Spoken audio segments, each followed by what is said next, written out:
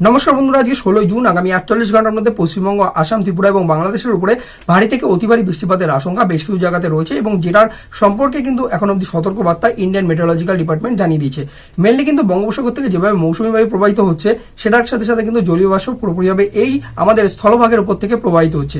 এর কারণে কিন্তু মেনলি এই জায়গাটাতে বৃষ্টিপাতের আশঙ্কা পুরোপুরিভাবে তৈরি হয়েছে, যেটা নিয়ে কিন্তু মেনলি আমরা আজকে আলোচনা করব। সবার প্রথম কথা হচ্ছে কি, আজকের এই ভিডিওটা শুধুমাত্র কিন্তু আমাদের ত্রিপুরার কোথায় কেমন বৃষ্টিপাত রয়েছে এবং ত্রিপুরাতে কিরকম ভাবে ওয়েদার কন্ডিশন থাকবে আগামী 48 ঘন্টার জন্য সেটা নিয়ে আমরা আলোচনা করব।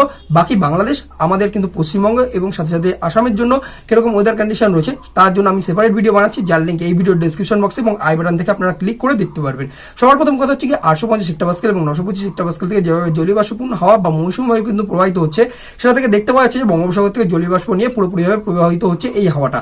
এবং এই হাওয়াতে এতটা পরিমাণে জলীয় বাষ্প রয়েছে 925 হেক্টোপাস্কেলের হাওয়াতে, যার জন্য কিন্তু আপনারা বিকালবেলাতে কালবৈশাখী উপলব্ধি করবেন আমাদের ত্রিপুরার বেশ কিছু জায়গাতে।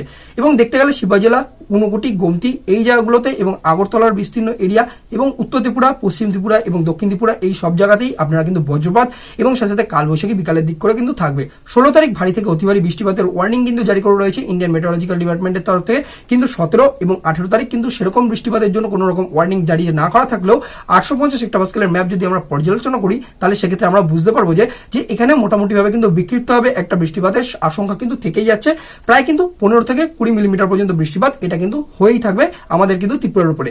এবং সেক্ষেত্রে কিন্তু ইন্ডিয়ান মেটেরোলজিক্যাল ডিপার্টমেন্ট মোটামুটিভাবে জানিয়েছে যে এখানে কিন্তু হলুদ সতর্কবার্তার আওতায় কিন্তু রয়েছে এইখানের প্রত্যেকটা ত্রিপুরার কিন্তু ডিস্ট্রিক্টগুলো। তাই কিন্তু ঊনকোটি, সিপাহী জেলা, গোমতি, উত্তর ত্রিপুরা, পশ্চিম ত্রিপুরা, দক্ষিণ ত্রিপুরার যারা মানুষরা রয়েছে তারা যখন বাইরে বেরোবে আমি কিন্তু অনুরোধ করবো যে আপনারা কিন্তু ছাতা নিয়ে বেরোবেন।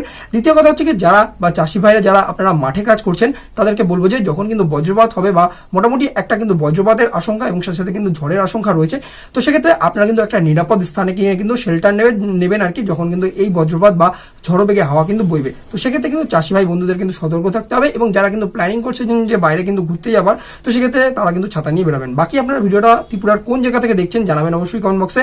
আর এরকম যদি আপনারা রেগুলার আবহাওয়া সম্পর্কিত আপডেট পেতে চান তাহলে আবহাওয়া দর্পণকে অবশ্যই ইউটিউবে সাবস্ক্রাইব করে নেবেন।